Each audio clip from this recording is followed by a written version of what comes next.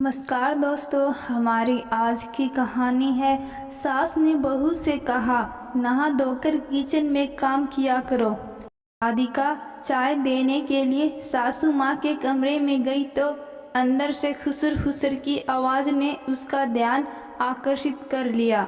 Mummy जी, सारा धर्म भ्रष्ट कर रखा है तुम्हारी बहू ने। पापा जी, क्यों भाई, अब क्या हुआ? मम्मी जी, अरे पीरियड्स टाइम में विरचना को समय से नहाने नहीं भेजती और तो और दिन भर किचन में अपने कमरे में सारी चीज़ों को छूती रहती है। पापा जी, जब बहू पीरियड्स में होती है, जब तुम्ही ने कहा था ना नहा धोकर किचन में काम कर लिया करो। मम्मी जी, तो क्या बुरा किया? औंधे मुंह पलंग पर पड़ जाती थी। और कभी पेट दुख रहा है, गर्म पानी दो, ये दो वो दो।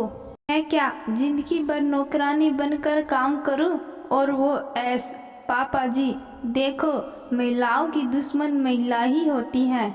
अब समय बदल गया, आज महिलाएं चांद पर जाने को तैयार हैं। हम मर्दों से कदम मिलाकर चलती हैं। उनके पास हर सुविधा है। इन छोटी मोटी समस्याओं पर ध्यान केंद्रित कर अपने लक्ष्य में बाधा उत्पन्न नहीं करती हैं। तुम्हारे जमाने कुछ और थे और ये जमाने कुछ और हैं। तभी फोन की घंटी बजी।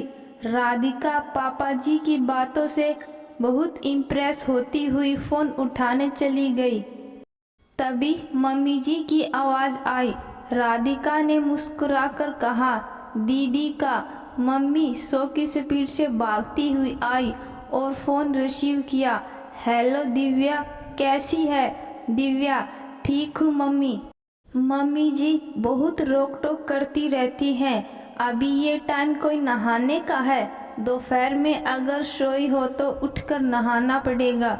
मम्मी, क्यों? दोपहर में सोने में क्या हर्ज है? मेरी बच्ची थक जाती होगी। दिव्या, अरे अम्मा, अभी पीरियड्स टाइम है इसलिए। अब उनको कौन समझाए? साइंस ने इतनी तरक्की कर ली, हम लोग इस टाइम को लेकर ही सीरियस थोड़ी रहने वाले हैं।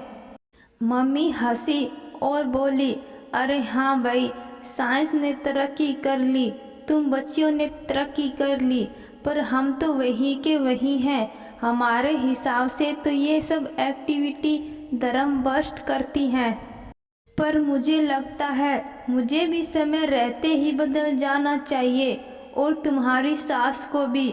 मम्मी, आप तो अपने गाने गाने लगी हो, मेरी बात सुन लो, दिव्या ने चिल्लाते हुए कहा। हाँ बोल बोल, सुन रही हूँ। अरे हद हो गई, मैंने सुशांत से पैड लाने को कहा और वे ले आए तो बवाल मचा दिया। अब ये काम भी तू ही करेगा क्या? पूरा जोरू का गुलाम बनाकर छोड़ेगी तुझे। मम्मी, मैं इस वातावरण में नहीं रह सकती, प्लीज़ भैया को भेज दो।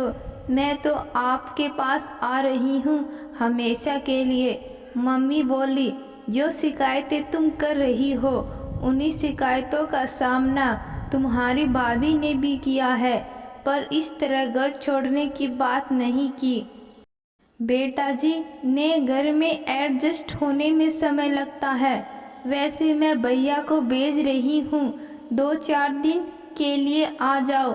ठीक है चलो, अब ज़्यादा समय बात नहीं करूँगी, वरना तुम्हारे ससुराल वाले सोचेंगे पीहर वालों से ही फ़ोन पर चिपकी रहती है। फ़ोन रखते ही मम्मी ने राधिका को कहा, 2-4 दिन के लिए दिव्या को बुला लेती हूँ। सुनो बेटिया, जरा उसे समझा देना, ससुराल में एकदम मायके वाला माहौल तो मिलेगा नहीं। समय लगता है, अपने आप को सबके अनुसार डालना पड़ता है, फिर धीरे धीरे सब कुछ सही हो जाता है। आज मम्मी को राधिका अच्छी और समझदार लगने लगी थी। तभी रचना चिल्लाती हुई बोली, क्या बुआ आ रही है? होए, बड़ा मज़ा आएगा। तो दोस्तों, आपको यह कहानी कैसी लगी कमेंट बॉक्स में ज़रूर बताना। कहानी अच्छी लगी कहानी को लाइक शेयर और चैनल को सब्सक्राइब ज़रूर करना। धन्यवाद।